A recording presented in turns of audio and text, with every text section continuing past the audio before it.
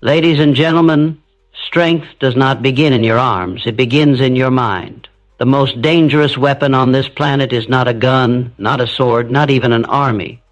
The most dangerous weapon is a mind so strong, so unshakable, that it bends reality to its will. Most people drift. Their thoughts wander like leaves in the wind. But the man or woman who dares to discipline thought becomes a force of nature. If you do not control your mind will control you, and when it controls you, it will drag you down to the level of the weak, the lazy, the average. Refuse that fate. Command your mind like a general commands his army. What separates the weak from the powerful is deftness of purpose. Know what you want. Burn it into your soul. When the world tells you it's impossible, your mind will whisper, "Watch me." A strong mind does not ask permission. It does not negotiate with fear. It declares, "This is the way," and the world follows. But strength is not noise. Strength is mastery.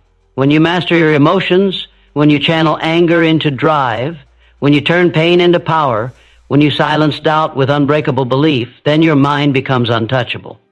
Imagination is the architect of reality. See it in your mind first, build it in silence, and then unleash it so powerfully that the world has no choice but to bow. Every empire, every invention, every revolution began in the furnace of one relentless imagination. And persistence. Persistence is the test. The weak quit at the first wall. The strong break the wall or climb over it, no matter how long it takes. Remember this, the world does not fear your first step, it fears your refusal to stop. Guard your associations. A powerful mind does not dine with mediocrity. Surround yourself with those who sharpen your steel, not those who dull your edge. Above all, have the courage to stand alone. A strong mind does not crave approval. It intimidates because it shines a light too bright for the timid. People fear what they cannot control, and they cannot control a mind forged in fire. Build your mind until it becomes your greatest weapon.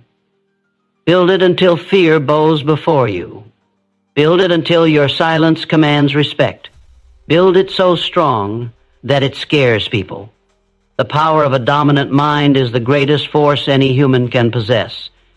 A strong body may impress, wealth may attract, and status may command temporary attention, but nothing matches the terrifying strength of a mind that cannot be broken, cannot be swayed, and cannot be controlled by anyone but its master. When your mind is dominant, you no longer chase opportunity. Opportunity bends to you. You no longer seek approval. Approval becomes irrelevant. You no longer fear obstacles. Obstacles fear you. The world bows, not because you ask, but because your presence demands it. That is the power of a dominant mind. Look around you. The weak live by permission. They wait for someone to give them a chance. They wait for society to tell them what to do. They wait for validation before they move. But a dominant mind does not wait.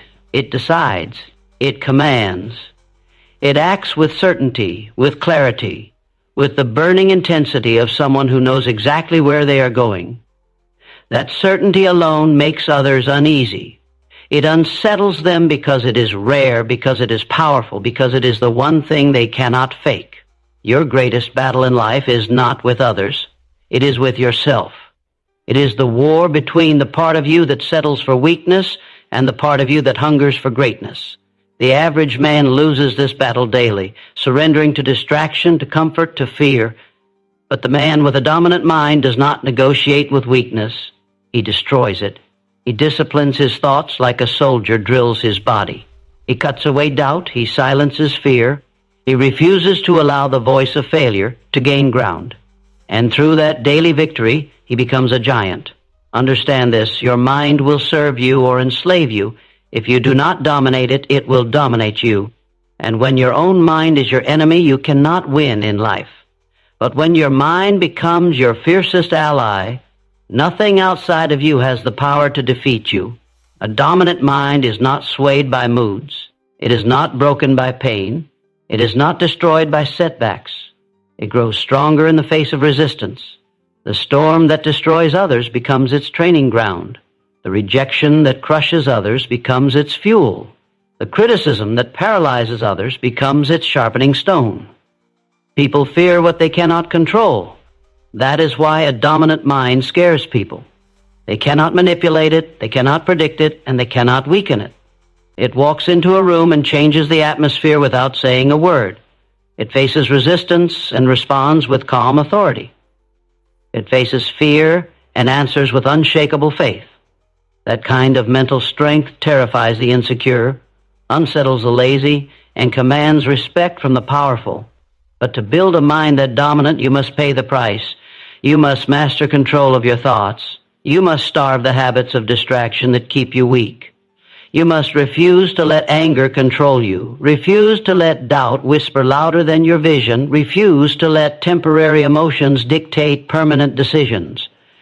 A dominant mind is forged in discipline, in focus, in persistence when everyone else has quit. It is built by those who hold on to purpose like a man drowning holds on to air. The man with a dominant mind does not scatter his energy in 100 directions. He locks on to a single purpose and drives toward it with relentless focus. He imagines it, he believes it, he sees it as real long before the world sees it, and he refuses to let go until it is achieved. His vision is so clear it feels inevitable, so strong that others either follow or fall away. And that definiteness of purpose makes him unstoppable. But a dominant mind is not arrogance, it is not noise, it is not ego. True mental strength does not need to shout. It does not need to prove itself. Its silence speaks louder than the loudest voice. Its consistency speaks louder than any boast. Its results speak louder than any promise. That is why it frightens people, because it does not depend on their recognition to exist. It is self-sufficient, self-driven, self-commanding. Ask yourself today, do you command your mind or does it command you? Do you lead your thoughts or do your thoughts lead you? Every time you let distraction win, every time you surrender to fear, every time you abandon your vision for comfort, you weaken your mind. But every time you choose focus over chaos, discipline over weakness, persistence over surrender, you forge a piece of dominance within yourself. Over time, that dominance compounds until nothing can break you. Build a mind so strong that it cannot be enslaved by doubt, cannot be broken by fear, cannot be distracted by noise. Build a mind so strong that it does not just survive the storm, it becomes the storm. Build a mind so strong that the world recognizes your presence before you speak. Build a mind so strong that people whisper about your certainty, your clarity, your unshakable faith. Build a mind so strong it scares people.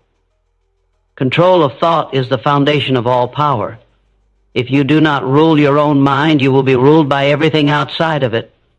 If you do not master what flows through your head, then the world, society, fear, doubt, and the opinions of the weak will hijack your destiny. A man who cannot control his thoughts is a man enslaved, even if he looks free. But the one who seizes command over his mind becomes untouchable, unstoppable, and dangerous in the eyes of the world. Every action you take, every word you speak, every success or failure in your life begins first as a thought. The undisciplined allow random, weak, fearful thoughts to dictate their future.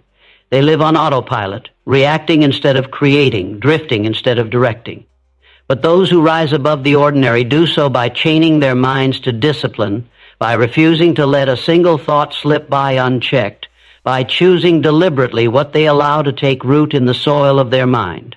For the mind is a garden, and thoughts are the seeds. Plant weeds, and weeds will take over. Plant greatness, and greatness will grow. Most people underestimate the force of their own thinking. They say, it's just a thought. But there is no such thing as just a thought. A thought, repeated and believed, becomes a habit. A habit, repeated, becomes character, and character decides destiny. That is why you must watch every thought like a guard watches a gate, because the moment you lower your guard, the enemy of fear will creep in. Doubt will slip through. Laziness will find a seat. And when they enter your mind, they will not leave willingly. You will have to drive them out with force, with persistence, with absolute command. Control of thought begins with awareness. The masses live blind. They do not even notice what their mind is doing. They let television, social media, gossip, and the opinions of others program their thinking. And then they wonder why they lack vision, why they lack courage, why they lack the fire to build the life they want. The truth is simple. What you feed your mind will grow. Garbage in, garbage out. Power in, power out. You must take responsibility for what you consume, for what you allow to enter the sacred space of your mind. Controlled mind is not one that avoids difficulty. It is one that commands difficulty. When fear arises, the controlled mind does not surrender. It recognizes fear, it studies fear, and then it commands the body to act anyway. When doubt whispers, "You cannot," the controlled mind shouts back, "I will." When failure strikes, the controlled mind refuses to interpret it as defeat. It interprets it as feedback, as sharpening, as preparation. The uncontrolled mind collapses under pressure. The controlled mind thrives under it. Understand this truth. The difference between a slave and a master is thought. A slave is one whose mind is mastered by outside forces. Fear, distraction, weakness, the manipulation of others. A master is one who controls thought so completely that no outside force can shake him. He can stand alone, he can face storms, he can endure loss because his mind is unshaken. He rules his inner kingdom and therefore he rules his outer world. Thought control is not about positive thinking for the sake of comfort. It is about disciplined thinking for the sake of power. Comfort thinking says, everything will be fine while sitting still. Dominant thinking says, everything will bend to my will while taking action with fire. Control of thought means refusing to entertain weakness, refusing to allow self-pity, refusing to dwell on limitation. It means replacing those thoughts instantly with visions of strength, strategy, and victory. It means holding a mental picture so clear, so definite, so vivid that your actions naturally align with it, and your reality eventually bends to it. The world belongs to those who can control their mind in the chaos. Anyone can think clearly when life is easy, but the one who remains calm and directed when storms rage, when failure strikes, when enemies attack, that one holds true power. That one has mastered himself. And he who masters himself cannot be mastered by anything else. So ask yourself, are you the master of your mind, or is your mind the master of you? Do you control your thoughts, or do your thoughts control you? Every moment you indulge in distraction, every moment you entertain fear, every moment you repeat weakness in your head, you give your mind away to the enemy. But every moment you command your thoughts to focus, to believe, to act, to persist, you forge steel within your mind, and that steel, once forged, cannot be bent. Control of thought is not a one-time decision. It is a daily battle.